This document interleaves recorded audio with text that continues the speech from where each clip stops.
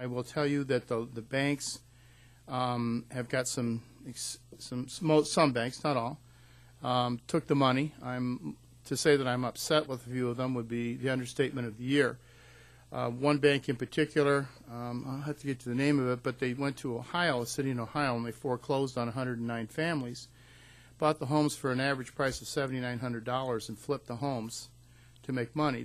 That money that they got, the TARP money that they got, was to be able to negotiate with the homeowners to stay in their homes, not to push them out.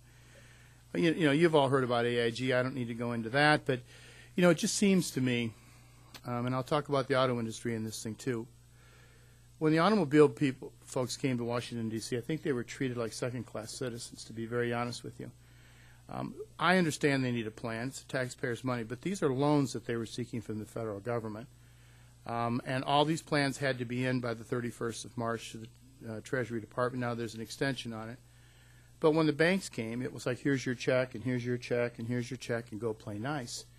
And I have to tell you, when you take a look at Citicorp sponsoring things like the Rose Bowl, or spending $50 million on the Super Bowl, and then you take a look at, this is the only country I can think of that gives corporate bonuses to people who are terminated. Usually when you're fired, I thought you're supposed to clean out your desk and go home.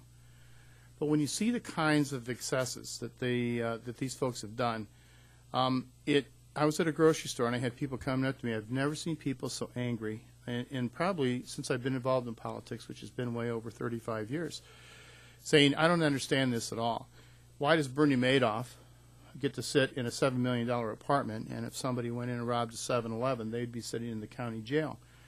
Now, you know, with all due respect to Mr. Madoff, I think his $7 million apartment should have been taken away, and I think, quite frankly, he should have been sitting in the county jail like anybody else.